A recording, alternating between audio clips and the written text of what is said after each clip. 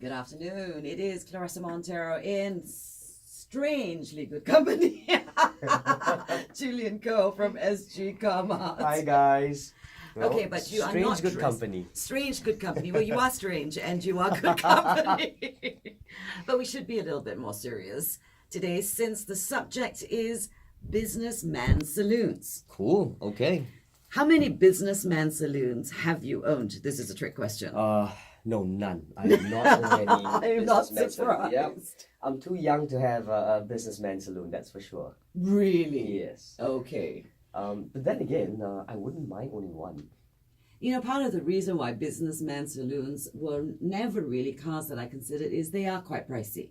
Yes, in Singapore at least. At least, yes, you're right. They are quite pricey and they're big. And so being a small girl like I am, Okay. I tend to prefer the smaller, nippier, easier to parallel park type cars. I'm just laughing quietly to myself because when you said being a small girl that you are, and I'm thinking to myself, being a pint-sized guy that I am, I wonder if, I think a big car like maybe a 7 Series or the A8 would be too big for me. The reason we're talking about this car is because I recently test drove the Arteon. Lovely. And actually, I found it, considering how big she is, she's quite long. Yes. I had absolutely no problems parallel parking her. Yes. I drove her as if she was a much smaller car. And I think a lot of that has to do with the design, a lot of Yes. it, with a lot of the driver I have assist. I have a theory to that. Okay, I'm sure so- I'm going to enjoy this. So the because I drove the Arteon and I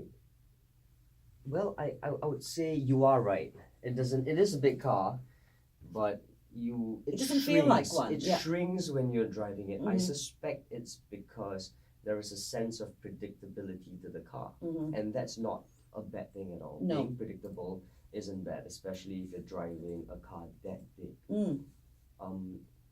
If you think about it, with 280 horses, 350 newton meters of torque, Right. you She need- does have go. Yeah, you need the predictability Mm. for sure. Reliability. You know, when I say reliability, I don't mean that you're going to hope that it's not going to break down. I don't mean Yes. that kind of reliability. I mean behind the wheel, the sense of confidence you have Yes, that absolutely. you can rely on the Absolutely. car. It's not going to be, it's not going to trouble. You're not going to have a problem changing lanes and Yes. stuff like that. Yes. And I found it was very easy to do that. I spent a lot of time actually driving in slow moving traffic Okay. where I had to exit, filter to exit and stuff like that. I had no problems. I wasn't intimidated by the size of the car at all. Cool. And that was quite surprising to me. I expected to be a little bit intimidated by how big she was. Well, it is undoubtedly a big car, Mm, and if you think about it, because it's currently Volkswagen's flagship model, mm. it should have a presence, a road presence It on does, the road yeah. for sure. Mm. And that at all, to me, looking at it and driving it are two different things. Looking at it, it's, I won't say it's daunting. I wouldn't say it's very pretty, but it's pleasant to the eyes for sure. It's definitely a lot more exciting than you'd expect from the average businessman saloon Yep. because they tend to go for styling that's more understated, more Yes. sophisticated, Yes. and there's just a little bit more fun to its design. Yes, and when you're driving, like we just talked about, it shrinks. The body shrinks around you as you are driving, so you don't feel afraid to curb the rims. You don't feel like you're. I never felt like I was in danger Yeah, of curbing yeah, the yeah, yeah. rims, which was Likewise. bizarre, right? Because you were thinking that's exactly the problem. You're going to get too close. Yes. It's going to parallel parking is going to be impossible, but it Yes. wasn't. And I wonder, and you being the expert, you can answer this question from the lady driver that I am. Okay. Is that because of the new designs, the new technology that they put into the car? Well, technology definitely helps. Mhm. With all, I call them the electronic nannies. Mm-hmm. They put you in place. Mhm. They're basically disciplining you to keep in your lane. They're basically just there to make sure you change your lanes without getting into any accidents. Mm. So yes, they definitely help. Design wise, I would say yes too, but I think more so for engineering. I think when it comes to stuff like this, when you feel like as you drive, the body shrinks around you has got a lot to do with the drive, which of course links the engineering of the car. Right. So yeah, definitely. These two are I would say components or factors that affects how you drive, or it affects how you behave on the road, for sure. Okay, we're Yes. talking to Julian Coe from SG Carmart on the subject of Businessman's Saloon. Okay, so clearly the Volkswagen isn't top of reference when you think of businessmen's saloons. Okay. But Arteon being the flagship car, Yep. the Passat being a very, very popular choice, Oh, absolutely. and right now very, very, very well priced as well Yep. to move, right? These are definitely cars that are worth considering. What else is out there? Well, you have ample choices. I mean, in this class, you're looking at, if let's say we talk about the Arteon, Mm-hmm. we have the 5 Series, Mm-hmm. the BMW 5 Series. I you love have, the 5 Series, I have to say. It was I love the M5 too. But It was SG Carmart's car of the year. does it count? Does the M5 count as a businessman's car? You don't want to be chauffeured in a car like the M5. I don't want to be chauffeured in that car at all. I want to be doing the driving. You also have the Audi A6. Mm-hmm. But because the Arteon is 2 liters, Mm. and so is you have an option for a 2 liter A6 and a 2 liter 5 Series. Mm-hmm. In this class, the Arteon is actually the most powerful car. Okay. It's a 2 liter. It pumps out a lot more horses than the BM and the Audi. Okay. So it's a really, really bang for buck car. Mm-hmm. If you think about it, if you want to put if you want more car for the money that you spend, Mhm. the Arteon It's will be worth on it's top. worth going and test Yes. driving. Yeah, I Yes. actually I was very surprised by it. I didn't think I would be blown away by it Yep. because again, it is not the kind of car that I would naturally select for myself. Yes. But I was very, very pleasantly surprised by it and found myself thinking, maybe I am old enough to start thinking about a car like this, you know? Actually, there is one more appeal if you think about it, or at least from my point of view. Right. I see a lot of Audi A6s. Mm. I see a lot of BMW 5 Series on the roads. Right. I don't see a lot of Volkswagen Arteons, Mm-hmm. at least not now. Right. I've seen them before, but Mhm. not as many as the 5 Series. And So that- that's that little bit Yeah, of unique therein factor. lies the appeal. As a matter of fact, I mean, on SG Carmart's used car section, there's currently only one Volkswagen Arteon on sale. Mm. Yeah, Well, that could also speak to the newness of the model, or Yes. that everybody loves their cars and nobody wants and to they're sell not going to let go. Yep. it. Yep. Yep. Okay. Why? When and why? It was in last year. Mm. Last year, yes. And it was such a good car. It is gorgeous, Honestly, and though, you know. Design aside, we really loved the way the car drove. Mm-hmm. Absolutely, such a hoot to drive. It's one of those cars where the faster I go, the smaller the car feels. Mm. So dynamically capable, and it's so sweet. It hits such a sweet spot. You can drive like a gentleman anytime you want, Right. and then you can drive. You can Drive like the manhandle, lunatic that I know yeah. you really are. you can manhandle the car, no problem at all. She is a guy. Well, that's a strange thing to say, but to me, the 5 Series is a real guy. You know, he's the guy that goes out windsurfing on Saturday. That's a good point. That's a good point. Yes, You know, yes. Sundays with the family. On Monday, he's in the boardroom. Yes. The 5 Series is that kind of car. He's a guy to me. The 5 Series completes everything. How a car should be, the way it drives, even right down to the way it looks.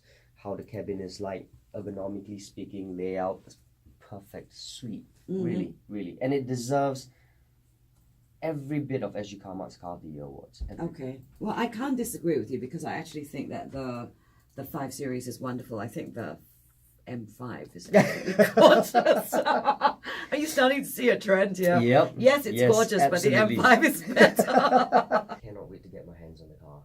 It is one car that I have to really spend my time with. Really. You know, a lot of people think that we're very, very lucky because we get to test drive these cars, Yeah. a lot of these cars. Now, the problem with test driving such great cars, and Yeah. both of us have had the pleasure of test driving great cars, Yes. is having to give them back. Yes. Oh, yes, absolutely. You know, it's like falling in love and then having to say goodbye after the weekend. I had this feeling when I took the Golf GTI actually. Really? The GTI? Yes, Oh, we're yes. going to have a nice long argument about that because I just gave back the Golf R. Ah. Oh, man, Yeah, I- that's a different conversation for a different day. But I had such a hard time giving back the car keys. Yeah, I know, Such a I know. When you fall in love with a car, it is heartbreaking, you know. Yeah, okay, I, but the I car- take the long way around to send it back. Yeah, but a car like a Golf GTI makes me a very impatient man on the roads. Oh, it brings Very. out your gremlin. Yes, yes. So I figured, well, could be a good thing. Returning the car back to VW could be a good thing. Blessing in disguise, I think. Okay. Now, here's a question because you know I haven't had a lot of experience with Japanese cars. Okay. But I know that Japanese cars all make very, very good businessmen saloons. Yes. I've had the pleasure of babysitting a friend's Camry for a few weeks. Okay. And I thought it was a fantastic car. It is. The Toyota Camry is wonderful.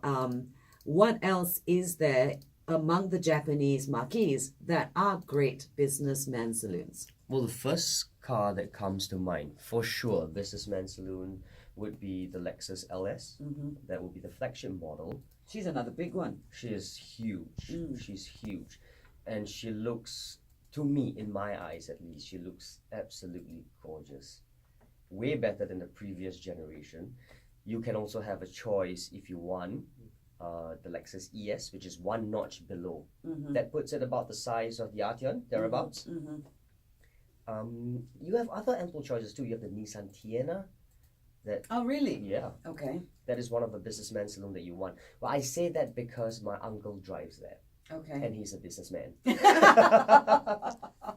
And does he play golf? Yes, yes, And he likes the size of the boot, right?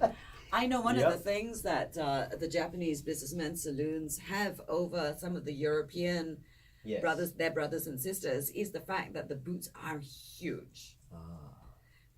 And I mean really huge. I Yes. can't remember now if it was the Camry or the Nissan equivalent, the Safiro back Oh, then. right. That Yes, could yes, fit that's right. 4 golf bags in the boot. Yes. And I can't think of any car that can do that today. Not even the 7 Series. Actually, you might actually have No. a good point. You might actually. Yeah, you might- know, you I can't, think yeah. you're making a good point here. Yeah, so Yes. those, for some reason, the Japanese designers haven't forgotten the golf bag.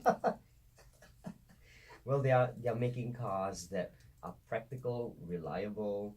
So yeah, boot space is definitely one of the key factors to consider. Okay. Yes, Yes. absolutely. And I say that because my dad's friend, he loves his golf. He used to drive a Mercedes Benz, and he said, "This car is perfect. I can put 4 golf bags inside." See, you know? suddenly this becomes Yeah. an issue, right? Exactly. And then he changed to another car, and he said, "You know what? This car it's not good. I can only put 3 now." Oh, poor man. Yeah. Okay, so let's very quickly go 1, 2, 3. Your 3 favorites of all the cars that you've test driven. Your 3 favorite businessmen saloons Really? right now. Okay. That's available on the market right now. Okay. Lexus LS, the 7 Series, and the Volkswagen Arteon. Oh, really? Yes. The Volkswagen Arteon is on there. Yep. I have a very, very big problem because I like the Volkswagen Arteon a lot, but I also really like the Volkswagen Passat.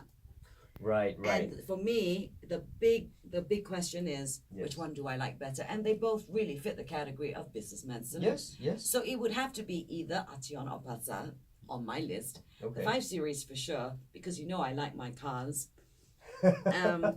with a little bit of power and a little bit of driving thrill. And honestly, the BMW for me has never disappointed. It's 7 Series. I won't say that it's my favorite businessman's car because the first ever car I ever had an accident in was my father's 7 Series. Ooh. So that car always is, I don't think I'm driving that. Yeah. So, No, I would want cars like this because I imagine myself being a businessman and being chauffeured. yeah, I tried being chauffeured in the Arteon. I sat in the back seat and my boss drove me to lunch. Yes. How often does your GM do that? But it was interesting because it was very comfortable in the back seat. So I came, maybe the Arteon beats the Passat because it was very comfortable in the back seat. I mean, if I wanted to drive my own car, I would take the 5 over the 7 Series for sure. But I'm just thinking to myself, I'm a businessman. I want to be chauffeured. And these are the perfect cars to be chauffeured in. Okay, but you know, if you're talking about cars to be chauffeured in, then you can't forget like the the Mercedes 300s or the Mercedes 500s, because these Yes. are the ultimate to be chauffeured in cars. Yes, you are Before right. you get into your Rolls Royces and your. Oh, well, that is a different class Diff- altogether. Those are not businessmen, those are CEO saloons. Those are God's saloons. It's Yes, different. exactly. God chariots. Yeah, no, that is completely out of our league. Yes, Absolutely. absolutely. You know, the Bentleys are all gorgeous, but you know, we can only dream. Well, So I need a Japanese car on this list. So you said Lexus. yes, the Lexus. I out have there. to say I still like the Camry.